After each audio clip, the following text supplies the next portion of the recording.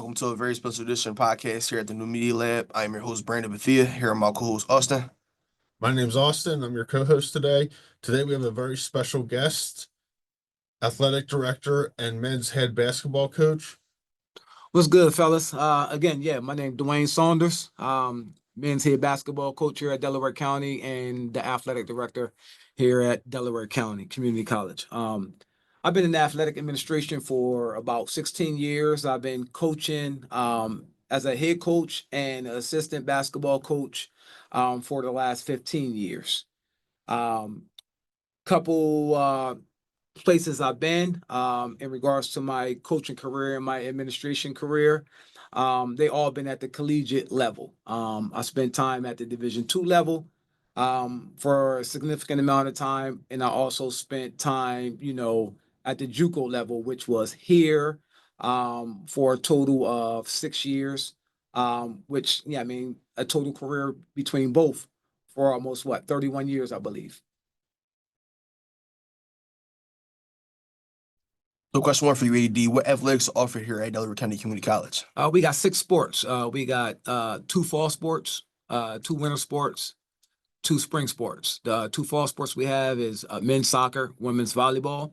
The 2 winter sports we have is men's and women's basketball, and the 2 spring sports we have is men's and women's track and field and baseball.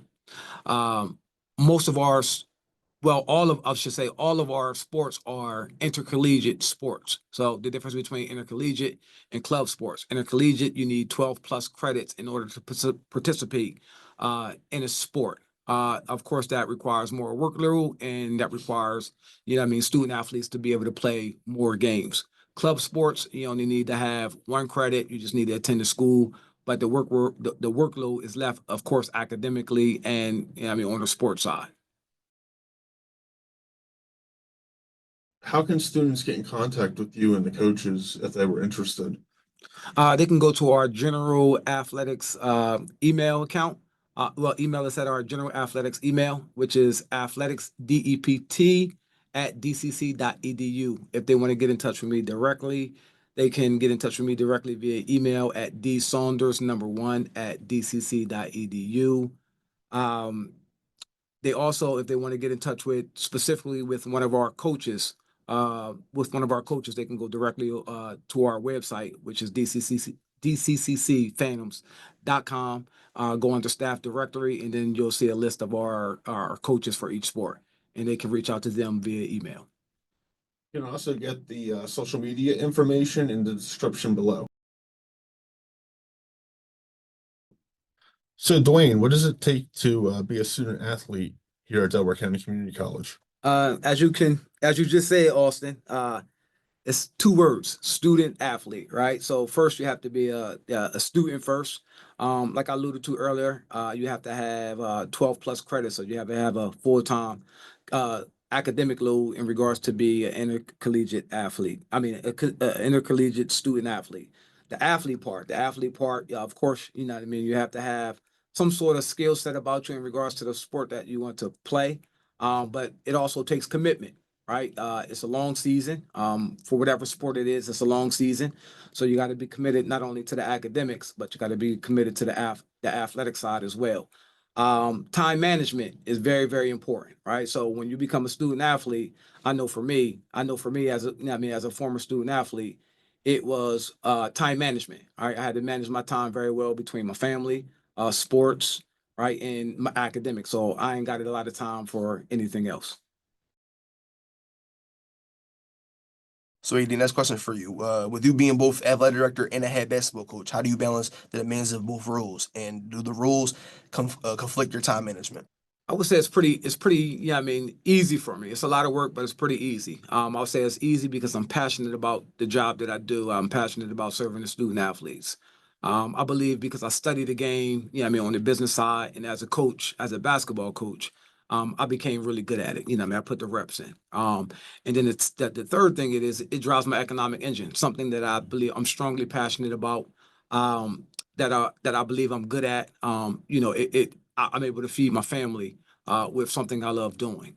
As far as time management go, I mean, it's a lot, right? It's a lot, but with time management, again, through my student athlete, I mean, through my student athlete days, I know pretty much what it takes. I get up at 4:30 every day in the morning, right? I do my basketball stuff, I mean, my basketball coaching stuff in the morning, and then I come to work, you know what I mean, 8 hours, and I'm doing my administrative work, right? And then, I'm in bed at 9 o'clock, right? And I repeat, repeat, repeat. I do it all over again the next day. So AD, what unique advantages or disadvantages do you have overseeing the entire athletic department while also being responsible as a head coach? I look at them. Good question, Austin. I look at everything as an advantage, right? And wherever there's a disadvantage, I mean, we'll find we'll find the solution to that disadvantage.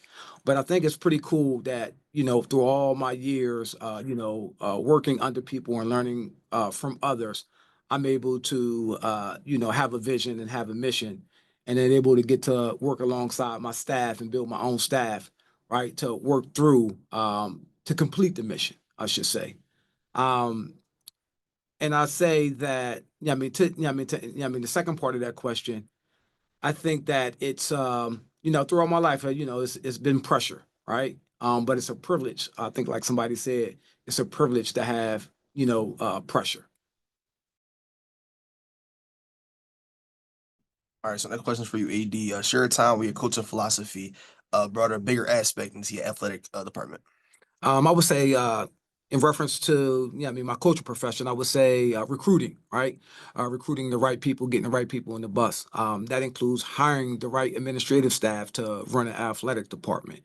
Um, on top of, hiring the right people, I think, disciplined thought is also very important. When I say disciplined thought, where you have a staff or you have student athletes and coaches that can work through problems, right? So sometimes you got to get at the table, you got to, do an autopsy, you got to argue, you got to debate or whatever it may be to get to where you need to go. But at the end of the day, you work through those things together as a unit. And I think the last thing of that is disciplined action, being methodical, being relentless, holding each other accountable. So there are a couple things that I bring to the table on both sides, administratively and the coaching side, right? To drive the mission and vision. How does your athletic director perspective impact coaching choice? It's a good question, Austin. There's two different parts to this. I would say thoughtful, right, and emotional. So as an administrator, as the AD, I have to be more thoughtful, right? I have supervisors and leadership that kind of lead me. They have a mission, they have a vision, so I got to be thoughtful in regards to what their mission and their vision is for the college. I would say with sports, coaching basketball it could be, not saying that it's not thoughtful, but it's emotional as well, right? You get into the game, you're hyped when your student athletes make a great play. I have learned to be more thoughtful when coaching, right? And when I'm able to be more thoughtful, I can see the game, at a different pace, right? So I would say that, being thoughtful has helped me with coaching.